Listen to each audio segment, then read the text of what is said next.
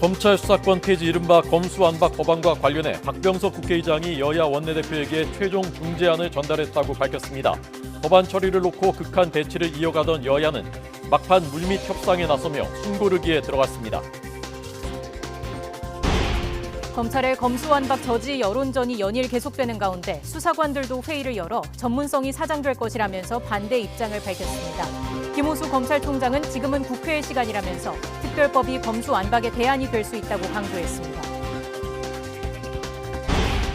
문재인 대통령이 김정은 북한 국무위원장과 친서를 교환하고 대화로 대결의 시대를 넘어야 한다고 강조했습니다. 남북대화 재개는 다음 정부 몫이 됐지만 김 위원장이 한반도 평화에 대한 대의를 가지고 남북대화에 임해주길 기대해야 한다고 언급했습니다. 코로나19 신규 확진자 감소세가 뚜렷한 가운데 정부는 다음 주부터 대중교통을 비롯해 실내 다중이용시설 내 음식물 섭취를 허용하기로 했습니다. 요양병원과 시설에 대한 대면 면회도 한시적으로 허용하기로 했습니다. 보험금을 노리고 남편을 숨지게 한 혐의를 받고 있는 이른바 계곡 살인 사건 피의자 이은혜와 조연수가 구속된 뒤 이틀째 검찰 조사를 받고 있습니다. 검찰은 숨진 윤모 씨 명의로 보험금을 노려 계획적으로 살인을 준비한 고의성을 입증하는 데 집중하고 있습니다. 우크라이나 남부 요충지 마리우폴이 사실상 러시아군에 함락된 것으로 보입니다. 미국은 우크라이나에 1조 원 규모의 군사적 지원에 나서고 러시아 선박의 입항을 금지하기로 했습니다.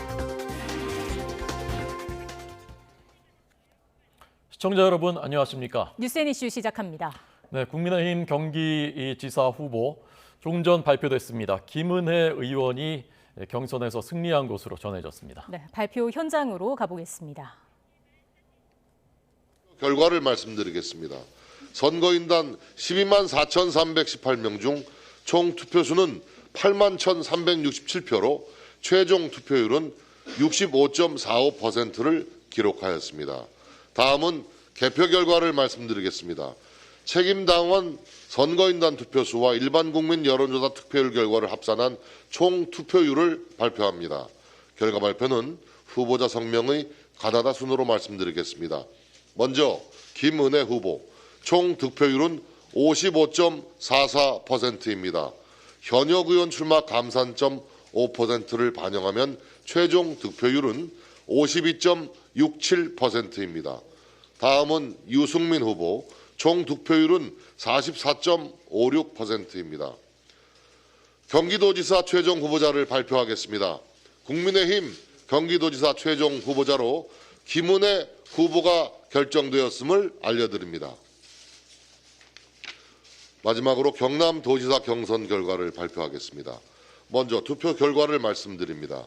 선거인단 6만 8,339명 중 총 투표수는 2만 8,535표로 최종 투표율은 41.76%를 기록하였습니다. 다음은 개표 결과를 말씀드립니다. 책임당원 선거인단 투표수와 일반 국민 여론조사 투표율 결과를 합산한 총 투표율을 발표합니다. 결과 발표는 후보자 성명의 가나다 순으로 말씀드리겠습니다. 먼저 박완수 후보 총 득표율은 57.89%입니다. 현역 의원 출마 감산점 5%를 반영하면 최종 득표율은 55.00%입니다. 다음은 이주영 후보 총 득표율은 42.11%입니다. 가장 관심을 모았던 경기지사 후보는 김은혜 의원으로 확정됐습니다. 김은혜 의원의 득표율이 55.44%. 여기서 이제 현역 의원이 출마하기 때문에 감점이 적용돼서 52.67%. 그리고 유승민 후보가 44.56%. 10%포인트 넘게 경선에서 김은혜 후보가 승리했고 경기지사 후보로 결정됐습니다. 네, 이번 지방선거의 최대 격전지로 꼽히는 곳입니다. 경기지사 자리를 놓고 김은혜 후보가 민주당 후보와 경쟁을 하게 됐습니다. 다시 한번 전해드리겠습니다. 이른바 윤심으로 당내 조직 확장에 집중해왔던 김은혜 후보가 최종 52.67%로 국민의힘 후보로 선출이 됐다는 소식입니다. 네, 이 앞서서 이제 인천하고 지금 그 경남 발표됐고요. 경남은 박완수 후보로 결정됐고 인천은 유정복 전 시장이 인천시장에 나서게 됐고요. 울산은 김두겸 의원 이렇게 오늘 국민의힘의 시도지사 선거 조금 전 발표를 들려드렸습니다. 다음 소식 전해드리겠습니다. 민주당 송영길 전 대표가 자신에 대한 당 전략공천관리위원회의 서울시장 후보 공천 배제 결정을 비상대책위원회가 취소한 것에 대해서 환영한다는 입장을 밝혔습니다. SNS를 통해서 당 비대위가 서울시장 후보를 100% 국민 경선으로 뽑기로 했다면서 이렇게 적었습니다. 경선을 통해서 원팀 민주당을 만들어서 서울시장 선거에서 승리하겠다며 힘을 모아주신 모든 분들의 마음을 깊이 간직하겠다고 말했습니다. 더불어민주당 박지현 비상대책위원장이 노영민 전 대통령 비서실장, 송영길 전 대표, 박주민 의원을 지목해 최소한 부동산 문제로 실망을 안겨줬던 이를 사과해야 한다고 주장했습니다. 박 비대위원장은 SNS에 오늘 민주당의 결정으로 3명 다 기회를 얻게 됐지만 이것은 당의 결정일 뿐 국민의 이해를 구한 것은 아니라고 비판했습니다. 민주당의 전북지사 후보 경선은 지금 3파전으로 치러지고 있습니다. 그런데 당의 컷오프 조치로 경선 후보에도 나서지 못한 송하진 현 지사의 의중이 가장 큰 변수로 떠올랐습니다. 김민성 기자의 보도입니다. 전북도지사 역사상 처음으로 3선에 도전했던 송하진 전북지사. 올해 발표된 두 차례의 지역 언론 여론조사 때마다 지지율 20%를 넘기며 1위 자리를 지키는 듯 보였습니다. 그러나 당의 결정으로 아예 공천에서 배제되자 송 지사는 전격 정계 은퇴를 선언했습니다. 그러나 결코 이번에 경선 후보자 발표 결과를 수용한다는 뜻은 아닙니다. 제가 입은 은혜를 제가 조용히 물러남으로써 빚을 갚겠다는 뜻입니다. 송 지사 지지자들은 컷오프 결정에 배후 세력이 있다고 주장하며 김관영 예비후보 캠프에 합류해버렸습니다. 그러자 바른미래당 원내대표 출신의 탈당파로 당내 세력이 약점인 김관영 예비후보는 아예 송 지사의 후계자를 자처하고 나섰습니다. 많은 송 지사님 지지자들이 송 지사님에 대해서 가지고 있었던 그 꿈, 이런 것들을 제가 다 받아들여서 반드시 전라북도 변화시키고 더 큰 전북으로 만들겠습니다.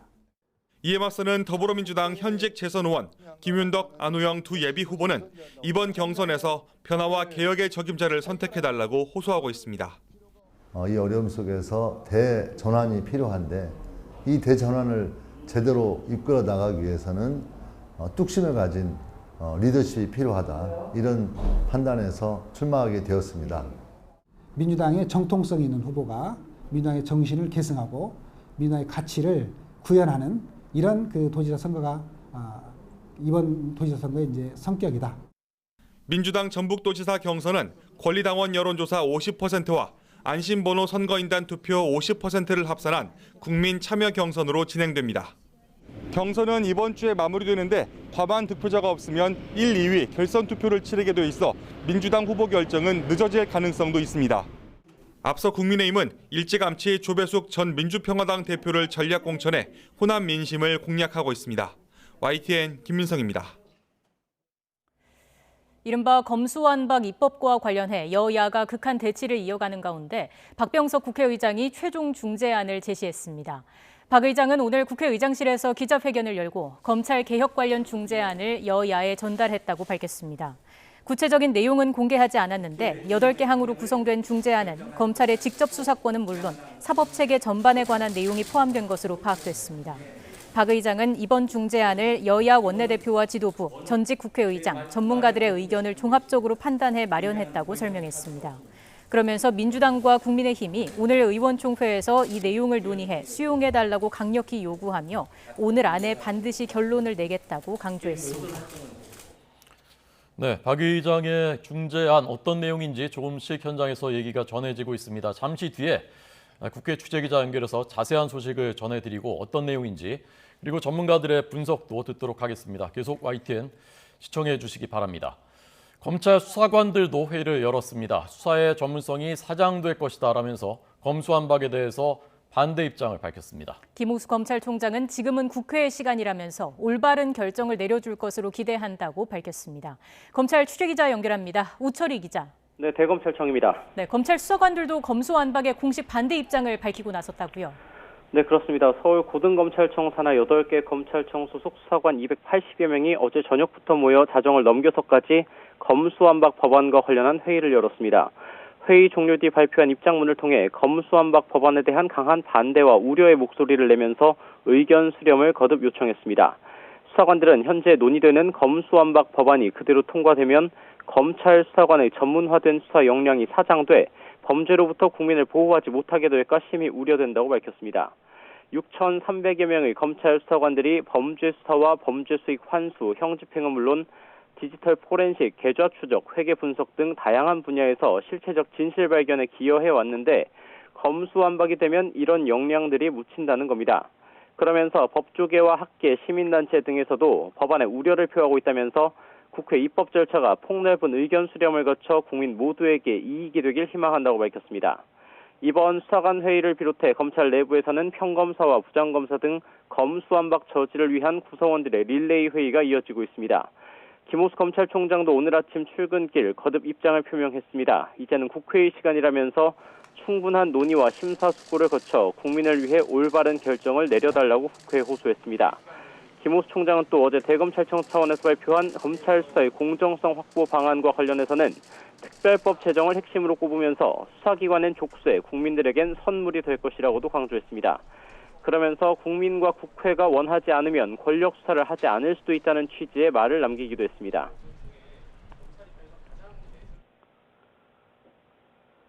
권력 수사 자체가 목적이 아니라 대한민국을 위해서 필요한 권력 수사는 해야 되는 것이고 대한민국 국민들이 또 국회에서 또 여론에서 원하지 않는 권력 수사는 하지 않는 것이 또 필요할지도 모른다.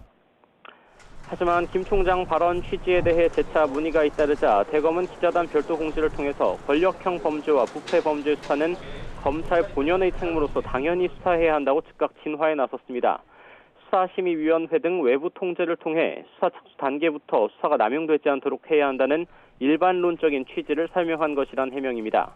이런 가운데 검찰은 검수완박 법안 저지를 위한 여론전도 이어갑니다. 오늘은 대검청사에서 판사, 교수, 주한 일본 법무협력관 등이 참석하는 공청회를 열어 법안의 부당함에 대한 공감대를 넓힌다는 계획입니다. 대검찰청은 다만 박병석 국회의장의 중재안에 대해서는 아직까지 공식 입장을 내놓지 않고 있습니다. 지금까지 대검찰청에서 YTN 우철입니다. 네, 앞서 말씀드린 박병석 국회의장이 여야 원내대표들에게 전달한 중재안, 꼭 수용해라라고 요구한 중재안 내용이 지금 전해졌습니다. 자, 우선 이 중요한 내용이니까요. 좀 하나씩 자세히 말씀드리겠습니다. 네. 검찰의 직접 수사권과 기소권을 분리하겠다. 그래서 검찰의 직접 수사권은 한시적으로 유지한다. 그리고 직접 수사를 하더라도 수사 검사와 기소하는 검사를 분리한다라는 내용이라고 합니다. 네, 그리고 검찰청법 4조 1항 1호 과목 중 공직자 범죄, 선거 범죄, 방위사업 범죄, 대형 참사 삭제, 검찰 외 다른 수사기관 역량 수준에 이르면 검찰 직접 수사를 폐지한다는 내용도 있습니다. 네, 그러니까 이게 지금 검찰이 하고 있는 6대 범죄 중에서 공직자, 선거, 방위산업, 대형 참사는 뺀다는 얘기입니다. 그럼 남는 것은 이제 부패와 경제 이 두 개에 대해서는 검찰이 직접 수사를 하되 다른 수사기관의 역량이 수준에 이르면은 검찰 수사를 그때는 폐지하겠다라는 내용입니다. 네, 또 검찰 직접 수사 총량을 줄이기 위해서 6개 특수부를 3개로 축소하고 3개 특수부 검사 수도 제한한다는 내용이 포함이 됐습니다. 네, 대체로 이제 정치인 공직자 수사, 고위공직자 수사가 특수부에서 이루어져 왔고 이 부분에 대해서 그동안 논란이 많았기 때문에 특수부를 크게 줄이겠다라는 내용입니다. 네. 그리고 송치 사건의 범죄 단일성, 동일성을 벗어나는 수사를 금지하고 검찰 시정조치 요구 사건과 고소인이 이의를 제기한 사건 등에 대해서 당해 사건의 단일성과 동일성을 해치지 않는 범위에서 수사한다는 내용이 있습니다. 네, 어려운 얘기인데요. 이거는 다시 해설해 드리겠습니다. 자, 그리고 법률안 심사권을 부여하는 사법개혁특위를 구성하고 가칭 중대범죄수사청 등 사법체계 전반에 대해서 논의한다는 내용이 있습니다. 중수청은 특위 구성 후에 6개월 내에 입법 조치를 완성하고 입법 조치 후에 1년 이내에 발족할 것, 그리고 중수청 출범 시 검찰 직접 수사권은 폐지된다는 내용도 들어가 있습니다. 네, 검찰 수사권을 폐지하고 경찰로 다 넘어가면은 공백이 있는 것 아니냐라는 것이 이제 논쟁 중에 현안이었는데요. 그래서 중수청, 중대범죄수사청을 만든다. 이것을 특위를 구성해서 6개월 안에 법을 만들고 중수청이 출범하면은 앞서 말씀드렸던 검찰 직접 수사권은 전부 그쪽으로 넘긴다라는 내용입니다. 자, 그리고 중수청 신설에 따른 수사기관 권한 조정도 논의가 됩니다. 네, 그 밖에 공수처의 공무원 범죄는 검찰의 직무로 하겠다. 그리고 검찰 개혁 법안을 4월 중에 처리한다. 이런 내용인 것으로 전해졌고요. 자세한 해설은 전문가들에게 다시 들려드리도록 하겠습니다. 문재인 대통령이 김정은 북한 국무위원장과 친서를 교환했습니다. 대화로 대결의 시대를 넘어야 한다라고 말했습니다. 그러면서 남북 대화 재개는 다음 정부 몫이 됐지만 김 위원장이 한반도 평화에 대해 대의를 갖고 남북 대화에 임해주기를 기대한다고 당부했습니다. 김 위원장도 답신에서 문 대통령의 수고를 높이 평가하고 경의를 표한다면서 퇴임 이후에도 변함없이 존경하겠다고 화답했습니다. 청와대 취재기자 연결해서 자세한 소식 알아보겠습니다. 백종규 기자. 네, 청와대 춘추관입니다. 네, 문재인 대통령과 김정은 북한 국무위원장이 주고받은 친서 어떤 내용들이 담겼습니까? 네, 오늘 아침 북한 조선중앙통신이 남북 정상이 친서를 교환했다고 공개하자 청와대는 곧바로 문재인 대통령과 김정은 북한 국무위원장이 최근 친서를 주고받은 사실을 확인했습니다. 문 대통령이 그제 김 위원장에게 먼저 친서를 보냈고 어제 김 위원장이 답신을 했다고 밝힌 건데요. 이후 박경미 청와대 대변인은 친서 교환과 관련해 브리핑을 열고 관련 내용을 공개했습니다. 먼저 문 대통령은 친서에서 김 위원장에게 마지막으로 안부를 전한다면서 아쉬운 순간들과 벅찬 기억이 교차하지만 김 위원장과 손잡고 한반도의 운명을 바꿀 확실한 한 걸음을 내디뎠다고 강조했습니다. 그러면서 남북 대화가 희망한 데까지 이르지 못한 아쉬움을 표하고 대화로 대결의 시대를 넘어야 한다며 북미 대화가 조속히 재개되길 희망한다고 밝혔습니다. 이어 대화 재개는 다음 정부의 몫이 됐지만 김 위원장이 한반도 평화의 대의를 갖고 남북 대화에 임해주기를 기대한다고 말했습니다. 또 판문점 선언과 평양 9.19 선언 등이 통일의 밑거름이 돼야 한다며 평화의 동력이 되살아날 것을 믿고 기다리겠다는 말도 전했습니다. 문 대통령은 이와 함께 임기가 끝나면 평범한 국민의 한 사람으로 돌아가지만 마음은 함께 하겠다고 덧붙이기도 했습니다. 김 위원장은 문 대통령의 이 같은 내용으로 친서를 보내자 어제 답신을 해왔는데요. 김 위원장은 먼저 희망한 곳까지 이르지는 못했지만 역사적 합의와 선언을 내놓았다며 이는 지울 수 없는 성과라고 평가했습니다. 또 아쉬움이 많지만 이제껏 기울여온 노력을 바탕으로 남과 북이 정성을 쏟으면 얼마든지 남북관계가 발전할 수 있다는 것이 변함없는 생각이라고 덧붙였습니다. 그러면서 마지막까지 민족의 대의를 위해 애쓴 문 대통령의 수고를 높이 평가하고 경의를 표한다면서 잊지 않을 것이고 퇴임 후에도 변함없이 존경하겠다고 전했습니다. 청와대는 남북 정상의 친서 교환은 깊은 신뢰 속에서 이루어졌다고 평가하며 문재인 정부의 마지막 친서 교환이 앞으로 남북관계 발전에 밑거름이 될 것으로 기대한다고 설명했습니다. 지금까지 청와대 춘추관에서 YTN 백종규입니다. 네. 조금 전에 사의를 표명했던 노정희 중앙선거관리위원장의 후임으로 노태학 역시 대법관입니다. 노정희 전 위원장도 대법관이고요. 노태학 대법관이 중앙선거관리위원장에 내정됐다는 소식이 전해졌습니다. 네, 다시 한번 전해드리겠습니다. 노정희 중앙선거관리위원장 후임에 노태학 대법관이 내정이 됐다는 소식입니다. 정통 법률 전문가로서 뛰어난 능력을 겸비했다라는 평가가 나오고 있는 상황입니다. 관련된 소식은 더 추가로 들어오는 대로 이어서 전해드리겠습니다. 네, 다음 코로나 현황 알아보겠습니다. 0시 기준으로 신규 확진자 수가 이틀째 10만 명 아래로 내려갔습니다. 정부는 다음 주 월요일 코로나19의 감염병 등급을 낮추는 데 맞춰서 영화관 등에서 음식을 먹는 것을 허용하고 30일부터는 요양병원과 시설의 접촉 면회를 한시적으로 허용하기로 했습니다. 취재기자 연결합니다. 김현아 기자. 네, 사회 2부입니다. 네, 코로나 감염 안정세가 계속되면서 일상 회복 허용 범위도 좀 넓어지는 모습이죠. 네, 그렇습니다. 김부겸 국무총리는 거리두기 해제에도 상황이 안정적이라며 일상 회복의 폭을 더욱 과감하게 넓혀 나가겠다고 밝혔습니다. 코로나 감염병 등급이 하향 조정되는 다음 주 월요일부터 실내 다중이용시설에서의 취식을 허용해 영화관과 종교시설, 대중교통 등에서도 음식 섭취가 가능해질 거라고 했습니다. 30일부터 다음 달 22일까지 3주간 요양병원과 요양시설 내 접촉 면회도 재개됩니다. 다만 일상 회복이 속도를 더하면서 신규 확진자 감소세에도 고령층 등 고위험군이 감당해야 할 위험은 더 커지게 되는데요. 이 때문에 김부겸 총리는 60세 이상 고령자들, 그중에서도 사망률이 높은 80세 이상은 4차 백신 접종에 참여해달라고 거듭 부탁했습니다. 국내 코로나19 발생 현황은 안정세를 이어가고 있습니다. 0시 기준 신규 확진자는 8만 1,058명으로 어제보다 10,000명 가까이 적고 전주보다는 4만 4천여 명이 줄었습니다. 금요일 기준으로는 2월 11일 이후 10주 만에 최저입니다. 위중증 환자는 833명으로 전국 중환자 병상 가동률은 38.1%고 사망자는 206명입니다. 재택치료 환자는 55만 명 정도 됩니다. 거리두기 해제에 환자도 줄면서 오늘 서울광장 선별진료소가 철거되는데요. 내일부터 약 2년여 만에 다시 야외 행사가 시작됩니다. 지금까지 사회 2부에서 YTN 김연아입니다.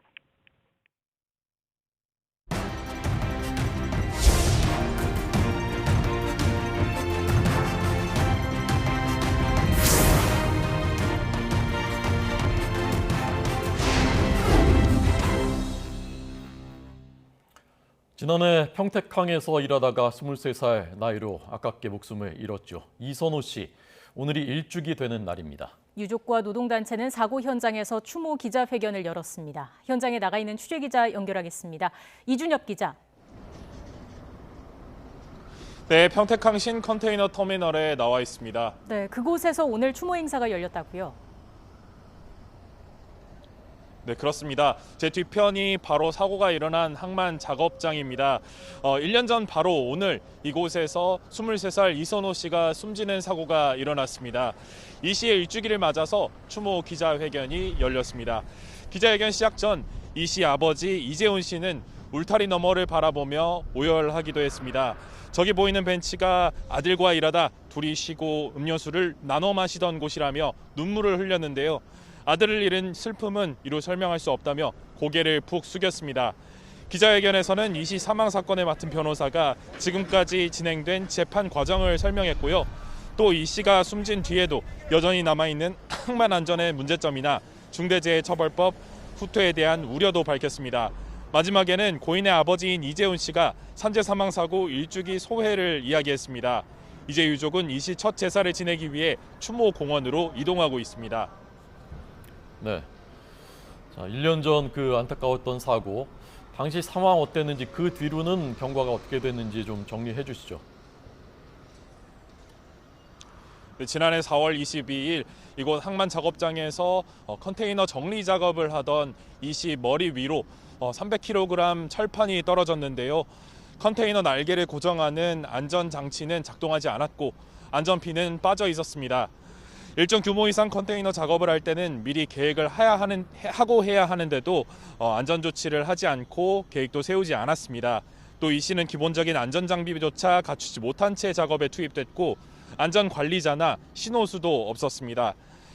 지난 1월 열린 1심 재판에서 안전총괄 책임자인 하청업체 동방평택지사장은 징역 1년에 집행유예 2년을 선고받았습니다. 현장관리 책임이 있는 원하청 업체 직원과 사고 당시 지게차를 운전한 기사 등 4명에게도 각각 금고형의 집행유예가 내려졌습니다. 동방법인에는 벌금 2천만 원이 선고됐는데요. 재판부는 컨테이너 노후화로 사고를 예견하기 어려웠고 일부 피고인이 유족과 합의한 점을 참작했다고 밝혔는데요. 유족들은 처벌 수위가 가볍다며 강하게 반발했습니다. 검사와 피고인 양측이 항소해 재판은 2심으로 넘어간 상황입니다. 네, 이 씨 사망 사고를 계기로 산업 안전 대책이 강화된 부분도 있다고요. 네, 지난해 7월 그러니까 사고 2달 뒤에 이런 항만에서의 안전을 강화하는 항만안전특별법이 통과됐습니다. 오는 8월부터 시행인데요. 항만 노동자에게 안전장비 지급이나 아니면 안전교육을 의무화하는 내용입니다. 이 밖에 항만안전점검관이 새로 도입됐고 사업자들이 자체 안전관리 계획을 세우게 했습니다. 또 노사정이 항만안전협의체에도 참여해야 합니다. 지난 1월 27일부터는 중대재해처벌법도 시행되고 있는데요. 50인 미만 사업장에 대해서는 오는 2024년까지 중대재해처벌법 적용이 유예됐고요. 5인 미만 사업장은 아예 대상에서 빠졌습니다. 노동계는 법 적용 대상 사업장을 확대하고 원청업체 책임자의 의무도 명확히 규정해 재해가 발생하면 함께 처벌할 수 있도록 중대재해처벌법 개정을 요구하고 있습니다. 지금까지 평택항 신컨테이너 터미널에서 YTN 이준엽입니다. 네, 계곡 살인 사건 수사 속보입니다. 구속된 이은혜, 조현수, 구속된 뒤에 오늘 이틀째 조사를 받고 있습니다. 이은혜의 요구대로 변호인 입회 아래 조사가 진행됐지만 여전히 조사에 비협조적인 태도를 보이는 것으로 알려졌습니다. 자세한 내용 취재기자 연결해서 알아보겠습니다. 김대겸 기자. 네, 타웨일부입니다. 네, 이은혜와 조현수의 조사 어떻게 진행되고 있습니까? 네, 인천검찰청은 오늘 오전 10시부터 이은혜와 조현수를 다시 불러서 조사하고 있습니다.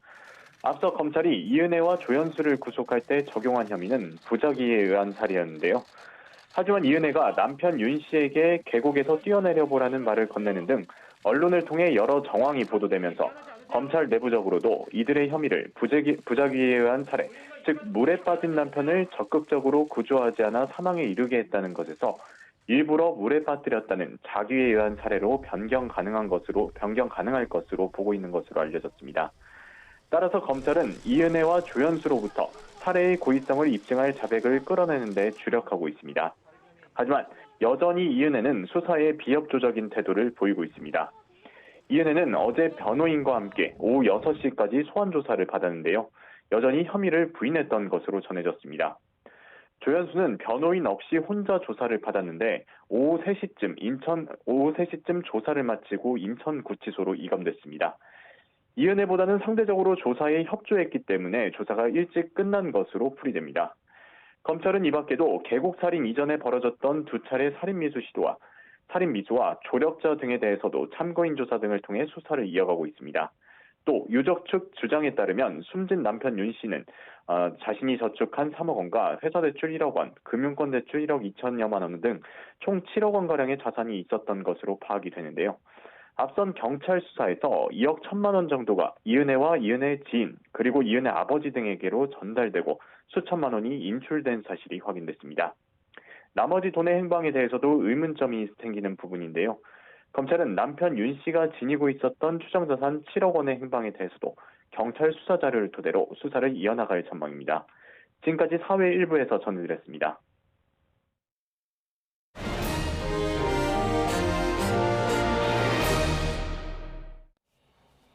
앞서 전해드린 박병석 국회의장의 검수완박 법안 중재안, 이번엔 현장 연결해서 자세히 전해드리겠습니다. 네, 취재기자 연결합니다. 정유진 기자. 네, 국회 법제사법위원회장 앞입니다. 네, 박병석 국회의장이 발표한 입장문 내용 자세하게 정리해 주시죠. 네, 오늘 오전 박병석 의장이 검찰 개혁안에 대한 입장문을 밝혔습니다. 박 의장은 자신은 평소에 국익과 국민의 관점에서 판단해야 한다는 확고한 정치 신념을 가지고 있다면서 이 뜻에 따라 8개 항으로 이루어진 최종 중재안을 만들어 여야에 전달했다고 밝혔습니다. 또 오늘 반드시 결론을 낼 것이라면서 양당에 쓴소리도 던졌는데요. 들어보시겠습니다. 오늘 반드시 결론을 낼 겁니다. 결론을 낼 겁니다. 그리고 이렇게 갈갈이 찢어진 국민들이 대선 때 국민들이 나누고 상처가 났는데 더 이상 이 상처를 굳히는 국회는 결코 국민들로부터 신뢰받지 못한다는 것도 경고해줍니다. 네, 이 중재안 내용 자세히 전해 주시죠. 네, 더불어민주당과 국민의힘은 의원총회를 열어 각자 입장을 정리하고 있습니다. 박 의장이 전달한 중재안 내용을 논의하고 있는데 구체적인 중재안 내용이 확인됐습니다. 먼저 검찰의 직접 수사권과 기소권을 분리하되 수사권은 한동안 유지한다는 내용입니다. 그리고 검찰 수사 범위를 6대 범죄에서 2대 범죄로 축소하고 현재 6개인 검찰 특수부를 3개로 줄이고 검사 수도 제한하자고 밝혔습니다. 또 법률안 심사권을 부여하는 사법개혁특위를 구성해서 가칭 중대범죄수사청을 설립하자는 내용도 포함됐습니다. 여야가 합의하게 되면 검찰개혁법안은 4월 안에 처리하고 국무회의에서 공포되면 4개월 뒤부터 시행하자는 제안도 있습니다. 앞서 박홍근 민주당 원내대표는 박 의장에게 중재안의 수사권과 기소권을 분리해 검찰 기능을 정상화해야 한다는 원칙이 반드시 반영돼야 한다는 입장을 전달했다고 밝혔습니다. 반면 국민의힘은 기소권을 가진 검사가 수사권도 반드시 가져야 한다는 주장을 관철했는데요. 큰 줄기에서는 국민의힘이 주장한 내용과 중재안의 내용이 상충됩니다. 양당은 의원총회를 마치는 대로 중재안에 대한 입장을 밝힐 예정입니다. 현재 속도 조절 중인 민주당은 문재인 정부 마지막 국무회의에서 법안이 통과되려면 적어도 오는 28일에서 29일쯤에는 법안 처리가 필요하다는 입장입니다. 따라서 박 의장이 제시한 중재안을 두고 여야가 이견을 좁히지 못하면 민주당과 국민의힘이 강대강 대치는 당분간 계속될 전망입니다. 지금까지 국회에서 YTN 정유진입니다. 윤석열 대통령 당선인은 오늘 부산, 울산을 갑니다. 3일간의 지역 민생 행보를 끝내고 내일 모레는 대통령실 인선을 발표할 것으로 전해졌습니다. 네, 대통령 취임준비위원회는 취임식 당일 일정 전반과 초청 규모 등을 확정했습니다. 취재기자 연결합니다. 박서경 기자. 네, 서울 삼청동 인수위원회입니다. 네, 윤 당선인 3일 동안 영호남을 순회하고 있습니다. 마지막 날인 오늘 어느 곳을 방문했습니까? 네, 윤 당선인은 오늘 부산과 울산을 방문합니다. 오늘 아침에는 부산 세계박람회 유치기원 대회도 참석했는데요. 윤 당선인 측은 이번 3일 동안의 행보가 지역 경제 활력을 되살리기 위한 노력의 차원이라고 설명했습니다. 또 각 지역 주요 산업시설과 시장을 찾아 지역 특성에 맞는 미래 먹거리를 직접 챙기겠다는 당선인 뜻이 반영됐다고 덧붙였습니다.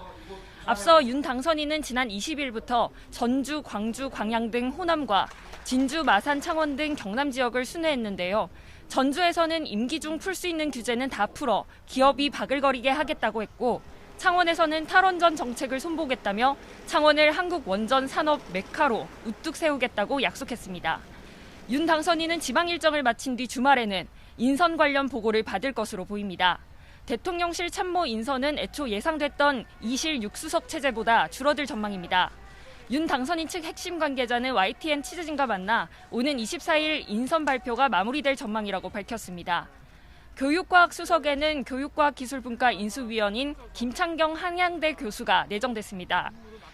대변인에는 윤 당선인 외신 대변인을 맡은 강인선 전 조선일보 부국장이 유력하고, 경제수석에는 최상목 전 기획재정부 1차관이 유력한 것으로 전해집니다.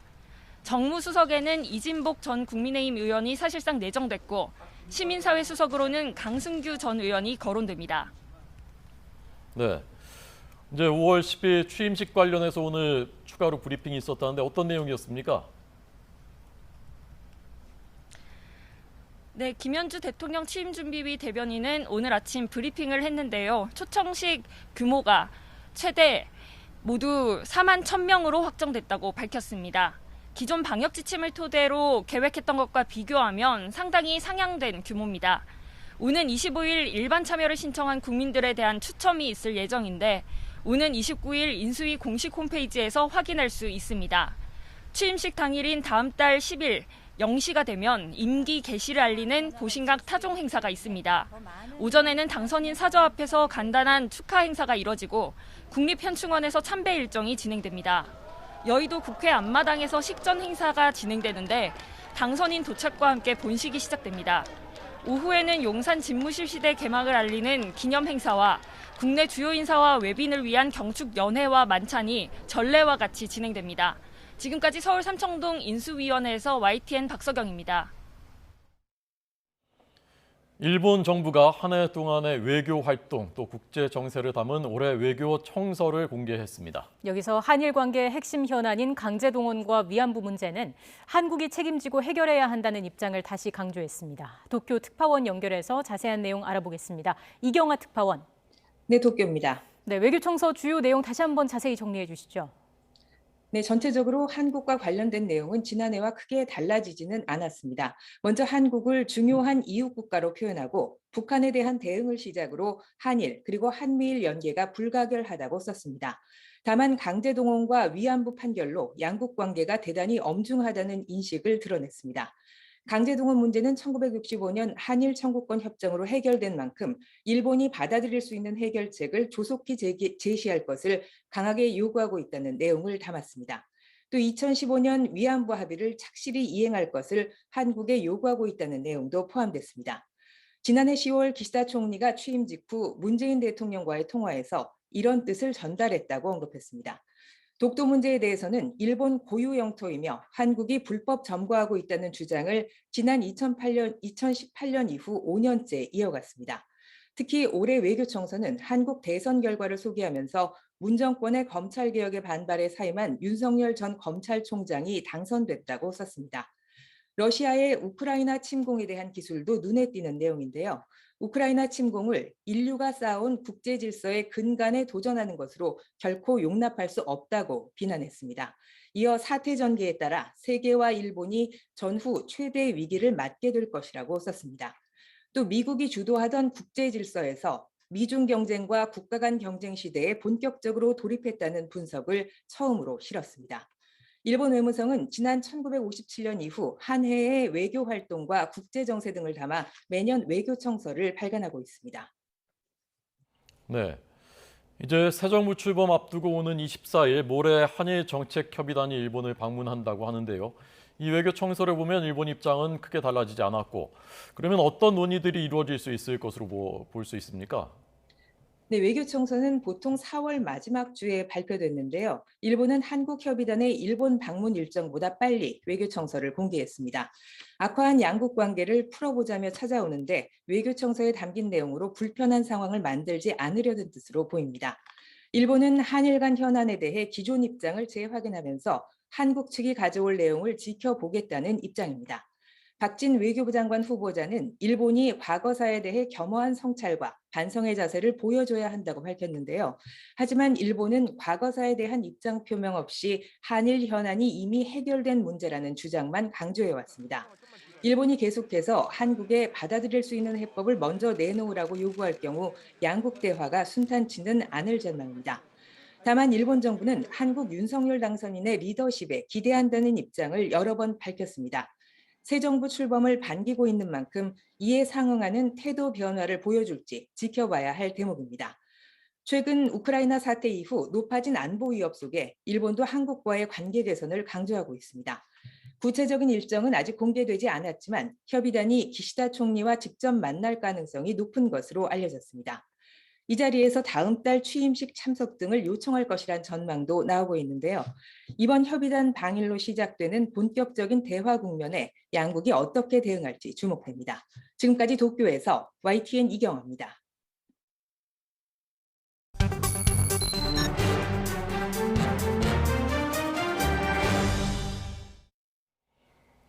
남북 정상이 친서를 교환한 사실이 공개됐습니다. 두 정상은 서로 노력을 이어간다면 남북 관계가 발전할 수 있을 것이라고 전망했는데 북한 대외 매체는 오늘도 대남 비난을 이어갔습니다. 박원곤 이화여대 북한학과 교수와 함께 관련 내용 짚어보겠습니다. 어서 오십시오. 네, 안녕하십니까. 안녕하세요. 친서를 남북 정상이 교환을 했고 북한이 먼저 발표를 했고 그다음에 청와대가 발표했고 이런 형식이었다면서요? 예, 그렇습니다. 4월 20일에 문 대통령이 친서를 보낸 것으로 알려져 있고 21일 날 김정은이 다시 이제 그 화답을 했다라고 그렇게 해서 나왔고요. 북한이 먼저 발표를 했죠. 이게 북한 대내 매체는 아니고 대외 매체 조선중앙통신을 통해서 친서를 보낸 사실과 또 거기에 대한 화답의 내용들이 있었고 오늘 오전에 보니까 10시에 박경미 청와대 대변인이 그 내용을 다시 한번 부가해서 설명을 했는데요. 네. 내용 중에 핵심은 문 대통령이 보낸 것 지금 얘기가 나옵니다만 그 김정은 위원장이 보낸 내용의 핵심은 두 가지라고 판단이 되는데 하나는 문 대통령을 잊지 않고 퇴임 후에도 변함없이 존경할 것이다. 이것은 박 대변인 얘기에 나옵니다. 네. 북한 측 북측 발표에서는 이 정도 존경한다 그런 표현은 없었고요.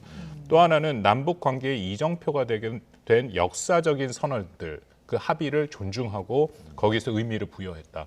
이 두 가지 정도가 핵심 내용이다라고 판단이 됩니다. 예, 최근에 좀 긴장된 한반도 정세에 비춰봤을 때 좀 눈에 띄는 그런 상황 전개이기도 한데, 근데 또 노동신문, 북한 전 주민이 볼 수 있는 노동신문에는 실리지 않았단 말이에요. 이건 어떻게 해석할 수 있습니까? 왜냐하면 여태까지도 북한의 기본적인 대남 그 입장과 정책은 굉장히 공세적이죠. 그리고 계속 비난을 하고 있고, 뭐 여러분 잘 아시다시피 지금 현재 북한이 금강산 내에 있는 시설을 다 철거를 네. 하고 있지 않습니까? 네, 또 네. 남북 협력의 상징인 그런 시설들을 일방적으로 철거를 하고 있고요. 그 남한 정부에 대한 본격적인 공세는 사실 2019년 말부터 시작이 됐죠. 사실 문 대통령에 대해서도 굉장히 거친 실명 비난을 했었고, 네. 그리고 우리가 잘 기억하고 있는 2020년에 있는 개성에 있는 공동연락사무소를 6월 달에 폭파하는 그런 상황이었고요. 지금까지도 대남 메시지의 기본적인 입장은 한국이 북한에 대해서 일종의 적대시 정책을 계속하고 있다. 그것을 철회하지 않는 한 남북 간의 의미 있는 대화는 없다라는 식으로 해서 뭐 연합훈련, 전략자산 전개 그런 것들에 대한 비판을 계속 이어가고 있습니다. 네. 자, 제일 궁금한 것은 그러면 이제 퇴임을 문 대통령 앞두고 있는데 이 시점에 친서가 교환된 것은 북한 입장에서는 어떤 속내일까라는 것 아니겠습니까? 어떻게 분석하셨습니까? 뭐 이게 좀 우리가 잘 읽어내야 된다라는 생각은 있는데요. 선의로 말씀을 드리면 뭐 말씀드린 것처럼 문 대통령에 대한 뭐 개인적인 존경도 표시를 했다. 우리가 지난 5년간 문재인 정부의 대북 정책을 잘 봐왔지 않습니까? 어떤 상태가 있더라도 북한에 대해서 어떻게 보면 일방적인 또 무조건적인 수용을 해왔기 때문에 북한의 입장에서는 뭐 굉장히 뭐랄까요, 자신들을 늘 수용하는 그런 정부였기 때문에 훨씬 이로운 부분도 있었던 것이고요. 저는 뭐 문 대통령이 순수한 의미로 그렇게 했다라는 것에 동의를 합니다. 나름대로 최선을 다했죠. 물론 뭐 정책 방향이 결과가 지금은 원하는 방향으로 반대 방향으로 나타나는 아쉬움은 분명히 있지만, 그러니까 그런 면에서 나름대로 김정은 위원장도 소회를 밝힌 것이다라고 생각을 할 수 있고요. 선의로 해석하면.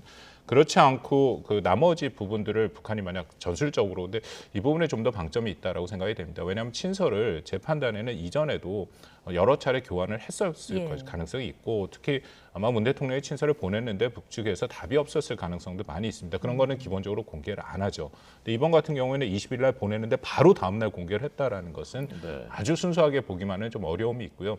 몇 가지 측면이 지금 이 내용에서 확인이 되는데, 하나는 북한이 늘 말해온 이른바 이중 기준의 그 철회를 하라는 그 논리 선상이 있습니다. 그러니까 작년 9월 달에 김여정이 말하기를 자신들이 하고 있는 핵과 미사일의 불법적인 실험과 그런 자신들의 그런 도발이 전혀 불법적인 것이 아니라 한국과 다른 국제사회에서 하는 것과 다 마찬가지다. 그렇기 때문에 이중 기준을 거기에 적용하지 말라라고 얘기를 했거든요.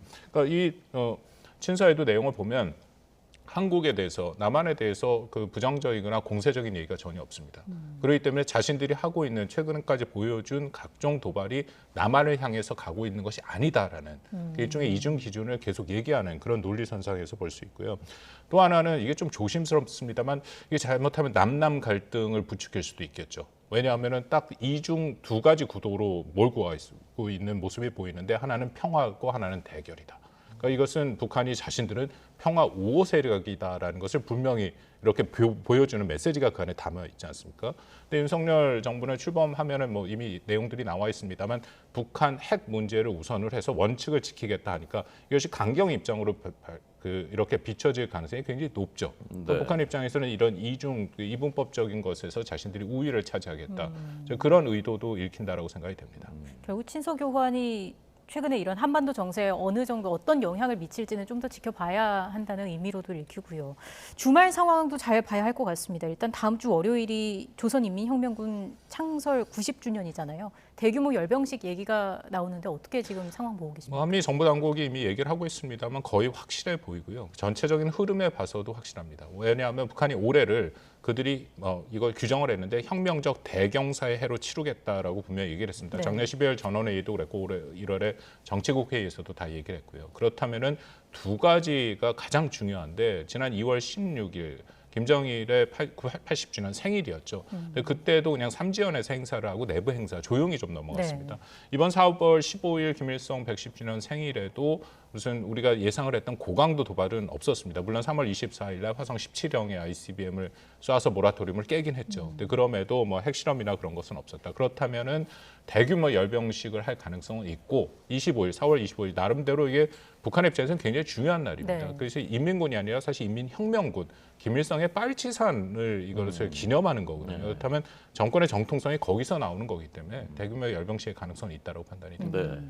북한의 열병식이라는 게 늘 그 새로운 무기들, 미국을 겨냥한 ICBM, 신형 ICBM, 얼마 전에 괴물 ICBM이라는 것이 실제로 시험 발사하기도 했었고요. 이번엔 어떤 걸 내놓을 가능성이 있습니까? 그간 보여준 것들을 다 다시 한번 나타나겠죠. 왜냐하면 최근에 했던 열병식은 2020년에 10월 달에 노동당 창건 75주년에 했었고 네. 21년에 넘어와서 8차 당대회 열병식을 했었습니다. 그때 보여준 것 외에도 그 이후에 특히 올해 들어서만 하더라도 총 13차례, 물론 그중에 실패한 적도 있습니다만 굉장히 다양한 종류의 무기 체계들을 보여줬거든요. 그중에 일부는 그 열병식에서 보여주지 않은 것들이 있습니다. 근데 그런 것을 포함해서 제일 보여줄 것이라고 생각이 되고요. 가장 관건은 이 화성 17형인데요. 예. 왜냐하면 화성 17형에 대해서 한미 정보당국의 판단에 의하면 이게 화성 17이 아니라 화성 15였다라고 얘기를 하는데 북한은 이게 너무나도 명확하게 화성 17형이라고 하니까 이 열병식에서 화성 17형을 어떻게 그들의 말대로 포장해서 이것이 맞다라고 보여줄지 이제 그런 부분들이 있고요. 뭐 몇 가지 우려되는 무기 체계 분명히 있습니다. 잠수함 탄도 발사 미사일 SLBM이라는 거, 그 북극성 4와 5가 있는데 아직 시험 발사를 하질 않았거든요. 혹은 그 개량형이 나타날 가능성도 좀 배제할 수는 없다고 생각이 됩니다. 예, 또 그 최근 신형 전술 유도 무기 관련해서 핵탄두 소형화 기술 역량을 갖췄는지 이 부분도 관심 아니었겠습니까? 예, 그렇습니다. 그 굉장히 중요한 문제인데 이 정부 당국의 판단이 좀 엇갈리긴 합니다. 제가 이야기는 우리 군 당국에서는 아직 소형화가 되지 않았다라고 얘기를 하는데 저는 그 평가에 좀 동의하지는 않습니다. 왜냐하면은 두 가지로 말씀을 드리는데 하나는 역사적인 전례를 보면 보통 핵을 개발하는 국가들이 최초 핵실험을 한 후에 2년에서 7년, 물론 사례가 많지는 않습니다. 인도, 파키스탄 정도인데요. 그들이 그 정도 되면 소형화를 이뤘습니다. 또 하나는 미국 정보당국 판단인데 미 국방정보국에서 이미 2017년 8월에 소형화 수준에 도달했다라고 평가를 했죠. 그리고 북한의 발표도 우리가 봐야 되는데 사실 북한의 발표를 100% 신뢰할 수는 없지만 북한이 2016년 3월과 2017년 9월에 각각 소형화된 그런 핵탄두를 보여준 적은 있습니다. 그래서 전반적으로 그 가능성은 분명히 있고 특히 한국을 향한 전술핵 무기라는 거에 실을 수 있는 전술핵은 이것은 저는 충분히 가능하다고 생각합니다. 네. 자, 지금 남북 간의 정상의 친서 교환에 대해서 박원균 교수님의 해설을 듣고 있고요. 조금 전 저희가 속보로 전해드렸었던 박병석 국회의장의 검수완박 중재안에 대해서는 국민의힘이 조금 전에 수용하기로 했다는 소식이 현장에서 전해지고 있습니다. 잠시 뒤에 직접 발표를 들려드리겠습니다. 마지막 한 가지만 더 여쭤보겠습니다. 자, 그래서 지금 전술 미사일, 이건 이제 우리나라를 겨냥한 것이다라는 해석들이 나왔었고 여기에 핵도 실을 수 있다. 그러니까 그리고 열병식을 통해서 또 새 무기들을 공개할 것이다. 그런 것이 앞서 말씀하신 북한의 평화 메시지하고는 정면으로 배치되는 것이지 않습니까? 그러면 북한의 진짜 의도는 무엇이냐? 지금 새 정부 출범을 앞두고 거기에 대한 박 교수님의 견해를 좀 들려주십시오. 저는 북한이 아주 명백한 목표가 있다라고 생각하는데요. 완벽한 핵 보유국이 되는 것이죠. 우리한테 보여준 그들의 핵 능력은 전술핵 무기, 그것은 사거리를 한국, 일본, 괌까지 포함하는 것이고요. 그다음에 화성 17, 15가 됐던 것은 어쨌든 대륙간 탄도 미사일이니까 그거는 미국 본토까지 공격을 할 수 있다. 네. 그러면은 갖고 있는 모든 핵을 다 보여준 겁니다. 이것은 우리가 북한이 핵을 고도화, 다종화, 대량화했다라고 표현을 하는데요. 그렇게 되면은 북한의 완전한 비핵화는 사실상 불가능한 거죠. 네. 미국 내에서도 그것은 비현실적이다라는 얘기가 나온다라고 알고 있습니다. 그렇다면 북한은 사실상 핵 보유국이 될 가능성이 이전보다 어느 때보다 굉장히 높은 상황에 있고 그것을 향해 한 목표를 향해 가고 있다라고 판단이 됩니다. 네. 실제로 김여정 부부장이 이달 초에 담화를 통해서 북한이 핵 보유국임을 좀 역설하기도 했고요. 북한의 생각이 좀 분명해 보인다라는 말씀까지 드렸습니다. 지금까지 박원균 교수와 함께 이야기 나눴습니다. 고맙습니다. 감사합니다.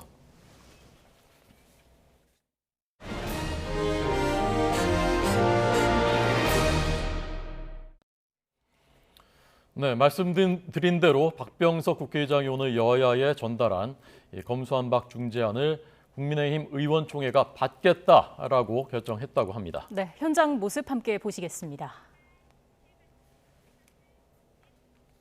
당은 의장의 중재안을 수용하기로 하였습니다.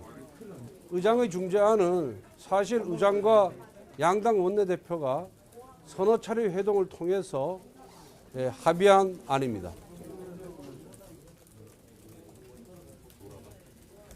뭐 물어보시죠. 아니 오늘은 일단 양당에서 수용을 하면은 의장 주재하에 합의문을 발표하는 순서를 갖고 그리고 법안 처리를 형사소송법과 검찰청법을 좀 다듬어야 되기 때문에 그거를 수정해서 다음 주에 본회의에서 처리될 예정입니다. 사실 그 직접 수사권과 기소권을 분리한다는 어떤 검찰 수사권 완전 박탈의 기존은 유지된 중재안인 것 같은데. 아니 그렇지 않습니다. 민주당이 제출한 법안은 직접 수사권뿐만 아니라 보충 수사권까지 완전히 폐지하는 법안입니다. 검찰이. 그런데 검찰의 보안 수사권, 즉 2차적 수사권은 그대로 유지가 되고요. 검찰이 직접 수사할 수 있는 6개 범죄 중에 부정부패 범죄와 대형 경제 범죄, 여기는 증권 범죄가 포함됩니다만은 이 두 개에 대한 직접 수사 권한은 검찰에서 보유하는 것으로 보유하는 내용입니다. 그럼 중재안 뭐 마련하시면서 최종 결과물 보셨을 때 반영이 안 된 부분이라든가 아쉬운 부분이 협상이라는 것이 일방의 요구를 다 수용할 수 없는 문제이기 때문에 양당이 이 우리 대한민국의 형사사법 체계를 근본적으로 흔들지 않는 범위 내에서 부정부패도 척결하고 또 억울한 피해자를 만들지 않는 범위 내에서 서로 타협을 했다. 그것이 결국 협치의 정신이 아닌가 저는 그렇게 생각하고 있습니다. 마치겠습니다. 이견이 있었던 부분은 없는지 좀. 뭐 이견은 논의 과정에서 많이 있었죠. 서로가 입장이 다르기 때문에 이견이 있는 것은 당연한 문제지만은 여하튼 서로가 조금씩 양보를 하고 또 서로가 조금 다 불만족스럽지만은 어차피 타협을 할 수밖에 없었다는 그런 말씀을 드립니다. 어떤 부분이 이견이 있었는지. 그거는 뭐 이제 합의가 되면은 그 합의된 부분을 존중해야 되기 때문에 그 협상 과정에서 이견이 있었던 부분에 대해서 얘기하는 것은 적절치 않다고 봅니다. 오늘 의총에서 좀 반대 의견도 있으셨나요? 아니 저희 당은 일부 우려하는 그런 의사 표시는 많이 있었지만은 제가 뭐 결과적으로는 저희 설명을 듣고 대체적으로 다 동의를 했습니다. 그러면은 그 6대 범죄 수사권 박탈을 유지를 하되 보안 수사를 어떻게 할지는 추가적으로 논의를 해나갈 가능성이 있는. 아니 그게 아니고 검찰이 갖고 있는 보안 수사권은 그대로 유지가 되고 그거는 손을 댈 수가 없는 거예요. 예, 그리고 직접 수사권 중에 몇 개를 검찰이 직접 하는 6개 범죄 중에 2개 범죄만 부패 범죄하고 경제 범죄는 검찰이 그대로 갖고 있는 것이고 나머지 범죄는 수사 대상에서 배제를 했다 그런 말씀입니다. 민주당에서 뭐 따로. 네, 국민의힘이 박병석 국회의장의 중재안을 받기로 결정했습니다. 민주당 입장 아직 나오지 않았습니다만 지금 권성동 원내대표 말로 들어봐서는 서너 차례 협의가 됐었던 것이라고 말하는 것으로 봐서는 민주당도 아마 수용하게 되는 그런 수순으로 가는 것 같습니다. 박병석 의장의 중재안은 검찰이 수사하는 6대 중대 범죄 중에서 대형 부패 그리고 경제, 대형 이 경제 사범에 대해서는 그대로 수사권 남겨놓고 그리고 중수청 만드는 방안을 이제 6개월 내에 입법하고 그래서 이런 문제들을 특별 사법 개혁 특위를 민주당이 위원장으로 해서 만드는 구성하는 이런 내용인데 국민의힘이 받기로 결정했고 민주당도 아마도 수용을 하는 수순으로 가게 될 것 같습니다. 2부에서 계속해서 전해드리겠습니다. 네, 외교부에서도 지금 속보가 전해졌습니다. 조금 전 이경화 도쿄특파원이 말씀드린 이 일본 정부의 외교 청서에 독도 영유권 주장이 그대로 실려 있습니다. 예년과 같은 내용인데 여기에 대해서 외교부가 즉각 철회해라. 어떤 도발에도 단호하게 대응하겠다라는 우리 정부의 입장을 밝혔습니다. 외교 청소 내용도 예년과 같은 내용이고 우리 외교부의 대응도 예년과 같은 내용인 것으로 보입니다. 미래지향적인 한일 관계 구축에 도움이 되지 않는다라는 입장을 우리 외교부가 조금 전 밝혔습니다.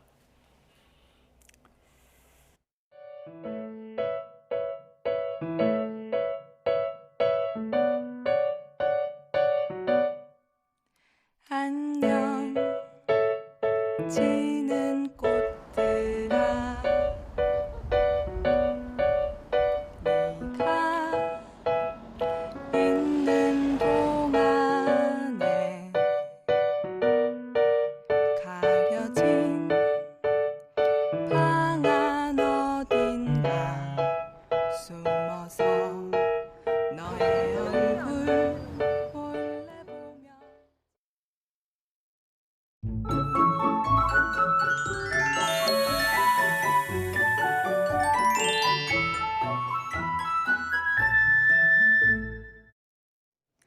현재 서울은 하늘빛이 잔뜩 흐립니다. 오늘 중북부 지방을 중심으로 비 예보가 있기 때문인데요. 비의 양이 5mm 안팎으로 적겠지만 벼락과 돌풍을 동반해 요란하게 내리겠고요. 비가 내리며 서울 낮 기온이 19도에 머물겠습니다. 비가 내리지 않는 남부지방은 남서풍이 불며 대구가 29도까지 오르겠습니다. 비가 내리긴 하지만 비의 양이 적어 건조특보는 계속되겠습니다. 특히 동해안을 중심으로는 바람까지 강하게 불어 산불 위험성이 무척 크겠습니다. 불씨 관리 철저히 해주시기 바랍니다. 오늘 낮 기온 살펴보겠습니다. 서울 19도, 대전 23도, 광주 25도가 예상됩니다. 주말에는 맑은 날씨 속에 서울 낮 기온이 27도까지 올라 때이른 더위가 찾아올 전망입니다. 날씨였습니다. 네, 박병석 의장의 중재안을 국민의힘이 수용했고 또 경기지사 후보로는 국민의힘 김은혜 의원이 확정됐습니다. 2부에서 자세하게 전해드리겠습니다. 저희는 잠시 뒤에 뵙겠습니다.